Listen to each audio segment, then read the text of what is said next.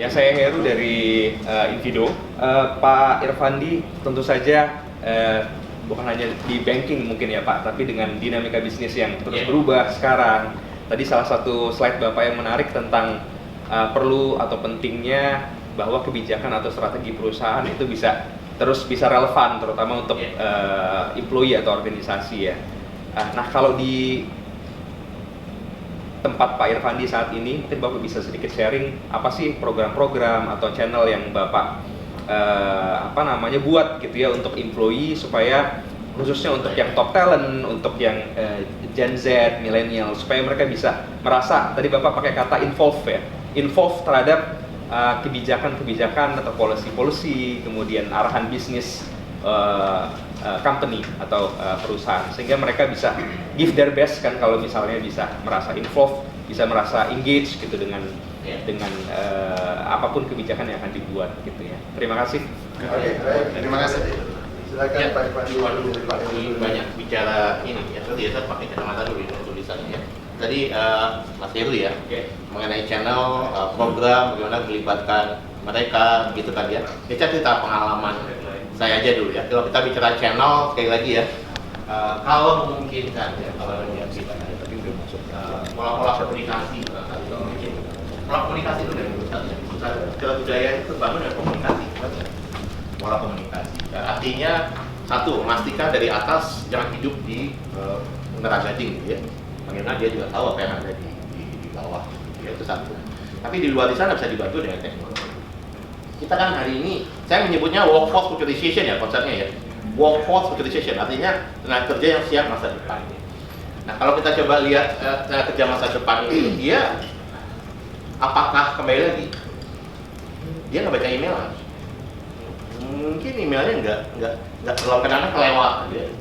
Karena memang walaupun dia bilang email, tapi memang kadang-kadang kelewat ngomongnya.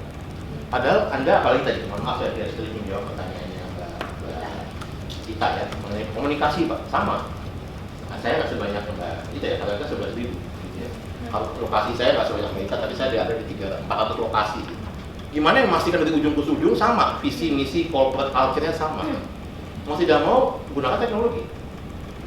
Dan kita sudah membuktikan pada saat zaman Zoom, kita bisa menggunakan apa saja kan. Maka teknologi dengan cara apa? Kalau bisa Anda bangun namanya adalah internal sosial media, bangun sosial media. Dan kami bangun itu, kami nyebutnya namanya mainnet. Dan mainnet itu adalah ngirim sosial media, tapi internal. Jadi kalau bahasa saya gini, kalau dia bangun pagi, karena kalau bangun pagi pegangnya apa ya? Ada yang masih mengambil kopi, koran, ya mungkin generasi saya, Bumi gitu ya, masih kopi, koran gitu ya Bu ya. Tapi generasi anak teman-teman ini semua apa? Handphone nih kalian, dilihat apa? WhatsApp. WhatsApp yang pertama ya, pasti WhatsApp. Memang ada yang ngirim email ngirim apa? Pesan malam-malam gitu ya. Gini, tapi apa lagi dilihat setelah WhatsApp? Nggak ada WhatsApp. Ternyata nggak ada yang ngirim apa. Waktu saya, Instagram ngapain ada Instagram? Anak hilang berita. Kita ada namanya berita, news. Hari ini apa sih? Memang ada news yang pagi ini bisa lihat, hari ini apa ya? Terus ada kegiatan apa ya hari ini? Oh, ini ada kelas Zumba nih hari ini. Ada kelas yoga nih. Kita kan ada yoga Zumba pakai online. Di tempat ada yang seluruh Indonesia bisa lihat. Kayak gitu. Nah, bisa lihat, oh ada kelas ini ya. Atau karena kita di bank, kalau pakai kartu bank ini kita ada diskon di mana nih hari ini? Ya kayak gitu-gitu, orang mau beli diskon. Nah, itu contoh. Jadi itu bangun di sana supaya gampang mengkomunikasikan. Manfaatkan digital learning, gitu kan ya. Itu yang membuat mereka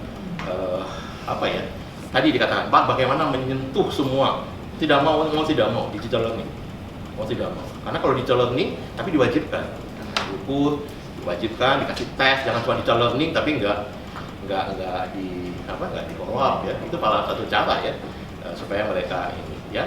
Setiap karyawan baru ya, setiap bulan itu saya menerima lebih kurang yang 100 karyawan baru itu ada setiap bulan, dan itu punya daily induction. Saya pasti ketemu mereka, walaupun melalui Zoom.